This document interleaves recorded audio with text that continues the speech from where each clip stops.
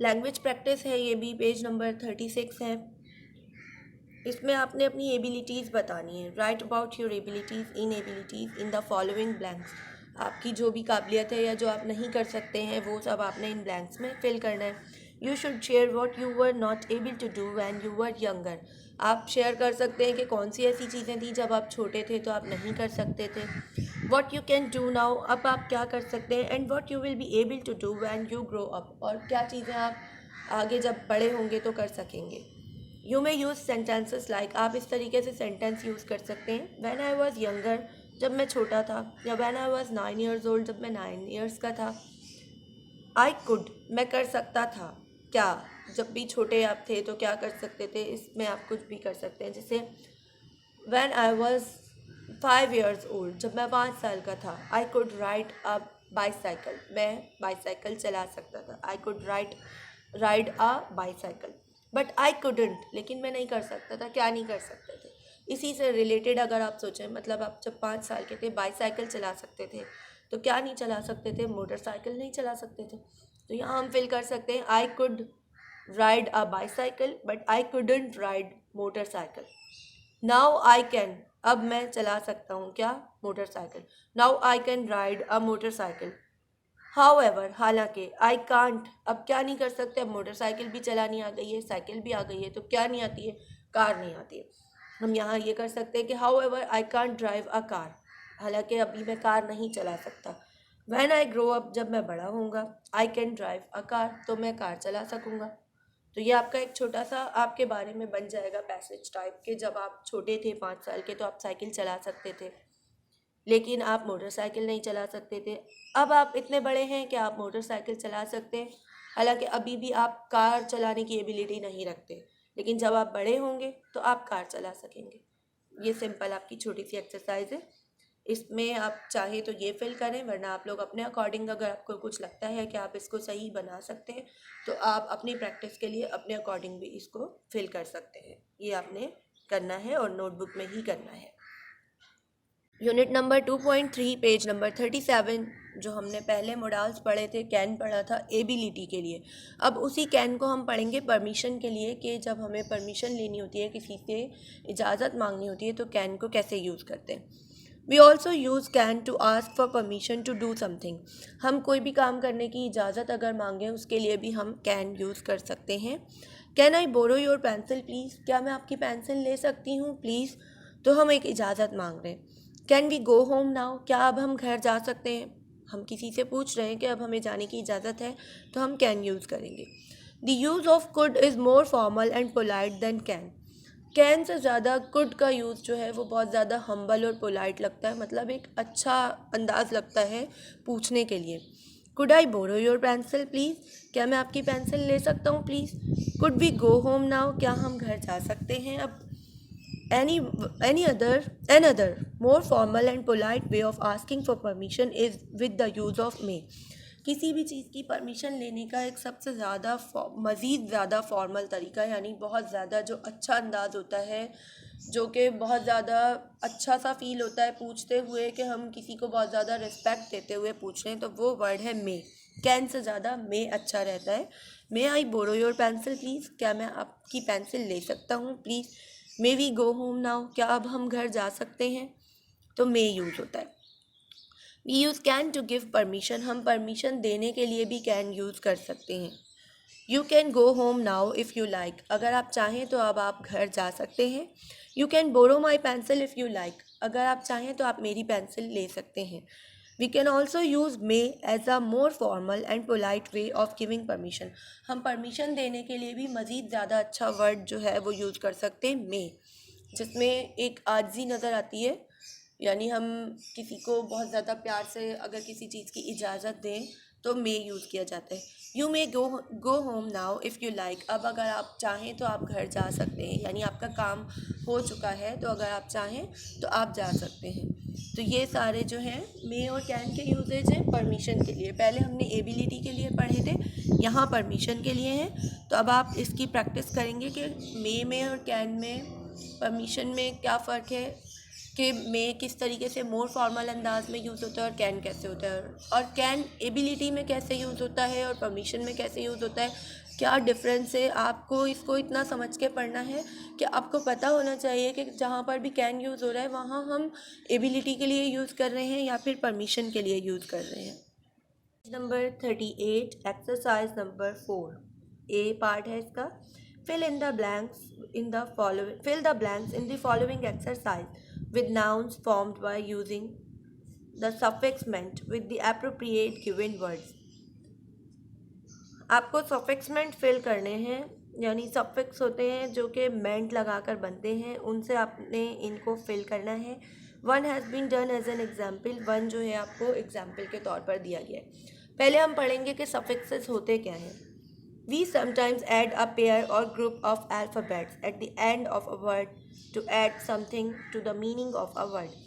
कभी कभी ऐसा होता है कि हम कुछ अल्फ़ाबेट्स जो होते हैं, वो कुछ ग्रुप होता है अल्फ़ाबेट्स का, 2-4 अल्फ़ाबेट्स होते हैं जिनको मिलाकर एक पेयर बन जाता है, उसको हम वर्ड के ऐड में जो है ऐड कर देते हैं, जिससे एक नई मीनिंग बन जाती है। These are called suffixes. ये क्या कहलाते हैं? सफिक्सेस कहलाते हैं। We can use suffixes to make many new words. हम सफिक्सेस यूज़ करते हैं कई न्यू वर्ड्स बनाने के लिए, इंक्लूडिंग नाउन्स, और नाउन बनाने के लिए भी। यानी बहुत से ऐसे वर्ड्स होते हैं जिनके अंदर हम सफिक्स अगर ऐड कर देते हैं, उनको सफिक्सेस अगर बनाते हैं तो नाउन बन जाता है या फिर नए वर्ड्स क्रिएट हो जाते हैं। Examples, agree. एग्री मतलब राज़ी होना, एग्री है वर्ब, लेकिन उसके साथ जब मेंट लग गया, एग्रीमेंट, तो ये क्या हो गया? हमारा नाउन बन गया। पोस्टपोन, इसके साथ मेंट लग गया, पोस्टपोनमेंट। विलिंग, विलिंग के साथ नेस लगा दिया तो विलिंगनेस हो गया। फ्रैंक प्लस नेस, ये सफिक्स है। Frank plus ness, frankness. Arrive plus al, arrival, it is the suffix. Profession, profession एक पेशा है, अल लगा दिया, प्रोफेशनल कर दिया, प्रोफेशनल जो है ये सफिक्स बन गया।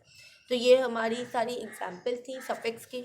अब हमें ये सफिक्सेस को यूज़ करना है। हमें वर्ड्स दिए हैं एम्प्लॉय, ट्रीट, मैनेज, पे, रिटायर, जज। इनके साथ हमें ये मेंट का वर्ड लगाना है और उसके साथ हमें ये लगाकर सफिक्स बनाना है, देन हमें इन ब्लैंक्स के अंदर पुट करना है। Number 1 is done for you. As soon as the judgment was given the reporters left the court room. जैसे ही जजमेंट दी गई यानी फैसला सुनाया गया, the reporters left the court room, reporters जो थे उन्होंने अदालत का कमरा जो है वो छोड़ दिया, यानी वो वहाँ से चले गए। अब नंबर 2 है ज़मान इज़ बैक टू वर्क। ज़मान काम के लिए वापस आया। आफ्टर हिज डैश, किसके बाद? लाजमी है, अगर वो काम छोड़कर अगर कहीं गया हुआ था तो वो बीमार होगा, तभी उसने काम नहीं किया, वरना तो वो करता। अब क्या वर्ड, ये ट्रीट जो वर्ड है, इससे हमें पता चल रहा है कि अब वो उसने अपना इलाज करवा लिया है, अब वो अपने काम की तरफ वापस आया है। तो इस ट्रीट के साथ हम ये मेंट लगाएंगे, सफिक्स ऐड करेंगे, तो हमारे पास क्या बन जाएगा? ज़मान इज़ बैक टू वर्क, ज़मान वापस काम पर आ गया है। आफ्टर हिज ट्रीटमेंट, अपने इलाज के बाद। Number 3, the workers receive their weekly dash every Friday. इन सब में से क्या मिलता होगा उनको? वर्कर्स को हर फ्राइडे काम कोई करता है, उनको क्या मिलता है? सैलरी मिलती है। तो पे, पे के साथ जब हम मेंट लगाएंगे तो पेमेंट हो जाएगा।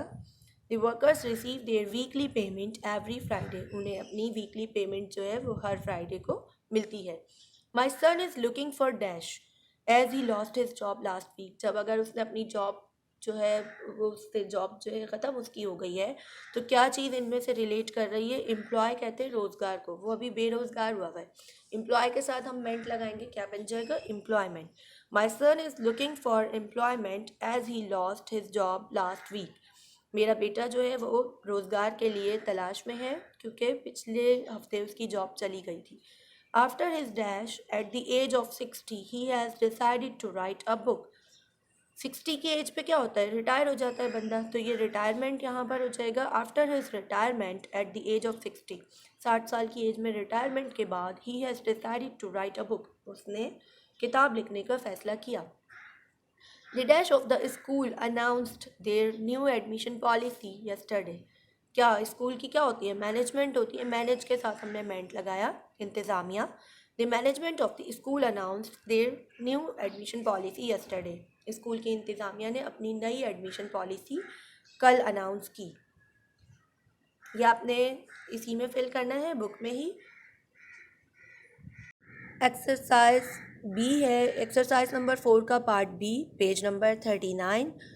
Fill the blanks in the following exercise by using the suffix ness with the appropriate given words. In blanks को आपने फिल करना है। सफिक्स आपने कौन सा लगाना है, वहाँ आपने मेंट लगाया था, यहाँ पे नेस जो आपका सफिक्स है आपने ये ऐड करना है इन वर्ड्स के अंदर, और इनमें से जो सुटेबल है वो आपने ब्लैंक्स में फिल करने। Her dash has made her weak, उसके डैश ने उसको कमज़ोर बना दिया। क्या चीज़ इनमें से कमज़ोर बना सकती है? बीमारी कमज़ोर बनाएगी या बहादुरी कमज़ोर बनाएगी, सफाई कमज़ोर बनाएगी, रहमदिली या नरमदिली? लाजमी बात है कि वीक हमें क्या चीज़ करती है? बीमारी। Her illness has made her weak, उसकी बीमारी ने उसे कमज़ोर कर दिया है। I love the dash of our new sofa set, हमें हमारे सोफ़ा सेट का जो डैश है वो ज़्यादा पसंद आया। सोफ़े में क्या चीज़ होती है? नर्म होता है सोफ़ा, तो अच्छा लगता है, तो सॉफ्ट के साथ नेस लग जाएगा। I love the softness of our sofa new sofa set, हमें हमारे सोफ़े का जो नर्मपन है वो बहुत, मुझे जो है वो अच्छा लगा। Our neighbour son who is a soldier, हमारे पड़ोसी का जो बेटा है जो कि एक सिपाही है। Fought the enemy with dash, सिपाही किस चीज़ से लड़ा? बहादुरी से लड़ा, तो बोल्ड के साथ नेस लगा देंगे। द एनिमी विद बोल्डनेस, बहादुरी से लड़ा। The principal of our school treats every one with dash, हमारी जो प्रिंसिपल है स्कूल की वो सबको डैश से ट्रीट करती हैं, किससे? रहमदिली से, kindness. My mother taught us dash in all our work, हमारी माँ जो है वो हर काम में हमें क्या सिखाती है? सफाई सिखाती है, नीटनेस। तो ये आपकी एक्सरसाइज बी भी कंप्लीट हो जाएगी। एंड एक्सरसाइज नंबर 4 का जो सी पार्ट है, fill the blanks in the following exercise by using the suffix al, हमने क्या क्या यूज़ किया? मेंट भी यूज़ कर लिया, नेस भी यूज़ कर लिया, अब थर्ड वन हमारे पास बचे अल। अब हमें ये यूज़ करना है, इन वर्ड्स के साथ ऐड करके सफिक्स बनाना है, देन हमें ब्लैंक्स में पुट करना है। साइन, इसके साथ जब अल लग जाएगा तो क्या बन जाएगा? सिग्नल। सर्वाइव, सर्वाइवल बन जाएगा। अप्रूव का क्या बनेगा? अप्रूवल। प्रपोज का प्रपोजल। रिमूव का रिमूवल। अब जब ये हमने इनमें अल लगा के हमने सफिक्स बना लिए तो हमें इनके अकॉर्डिंग इनके मीनिंग्स भी पता चल गए। अब जब हम इनको पढ़ेंगे तो हमें पता चल जाएगा कहाँ हमने कौन सा सफिक्स पुट करना है। The dash of the green turtle is in danger on the Karachi beaches, जो कराची बीच पर जो ग्रीन टर्टल हैं उनका जो डैश है वो बहुत ज़्यादा ख़तरनाक है। क्या है? सिग्नल तो नहीं हो सकता, सर्वाइवल जो है वो हो सकता है, क्योंकि उनको जो बीच पर जो मुश्किलात हो रही हैं तो उनका सर्वाइव करना मुश्किल हो रहा है। तो यहाँ पर हम लिखेंगे the survival of the green turtle is in danger on the Karachi beaches, जो ग्रीन टर्टल्स का जो सर्वाइवल है वो ख़तरनाक हो चुका है, यानी ख़तरे में है कराची बीच पर। किस वजह से? कि कराची बीच में इतना ज़्यादा पॉल्यूशन हो रही है, बहुत ज़्यादा कचरा वगैरह है, सारे जो केमिकल्स जो वेस्टेज होते हैं वो सब उसके अंदर डाल दिए जाते हैं, उसकी वजह से उनकी लाइफ को ख़तरा है। Number 2, a dash for setting up a dispensary was accepted by the minister, हमारा डैश जो था वो डिस्पेंसरी के लिए जो हमारा डैश था वो एक्सेप्ट कर लिया मिनिस्टर ने। क्या था? कि हमने एक मशवरा दिया था कि ऐसा किया जाए, तो प्रपोजल, और proposal for setting up a dispensary was accepted by the minister. The dash of garbage is the responsibility of the government, कचरे को ठिकाने लगाना या ख़त्म करना हुकूमत की ज़िम्मेदारी है। क्या करना? Removal. The removal of garbage is the responsibility of the government, garbage को, कचरे को हटाना हमारी गवर्नमेंट की ज़िम्मेदारी है। The train moved out of the station as soon as the guard gave the dash, जैसे ही गार्ड अप्रूवल देगा तो ट्रेन जो है वो स्टेशन से मूव कर जाएगी, यहाँ पर आ जाएगा। नहीं, अप्रूवल नहीं देगा, गार्ड हमें सिग्नल देगा, क्योंकि ट्रेन के लिए हमें सिग्नल दिया जाता है। The train moved out of the station as soon as the guard gave the signal, जैसे ही गार्ड ने सिग्नल दिया ट्रेन स्टेशन से चली गई। I needed my parents dash for going to friends wedding, मुझे अपने पेरेंट्स की इजाज़त चाहिए अपने दोस्त की शादी में जाने के लिए, तो ये क्या हो जाएगा? Approval. I needed my parents approval, मुझे अपने पेरेंट्स का अप्रूवल चाहिए था, इजाज़त चाहिए थी, for going to friends wedding, अपने दोस्त की शादी में जाने के लिए। तो यहाँ हमें तीनों सफिक्सेस समझा दिए गए हैं कौन कौन से, मेंट लगा के कैसे सफिक्स बनता है, नेस लगा के कैसे बनता है, एंड अल लगाकर किस तरीके से सफिक्स बनता है और कैसे हम उनको अपने सेंटेंसेस में यूज़ करते हैं। तो ये भी आपने बुक में ही फिल करना है एंड इसकी प्रैक्टिस भी करनी है। एंड अगर आपके पास बुक नहीं है तो काइंडली आप इसको नोटबुक में ही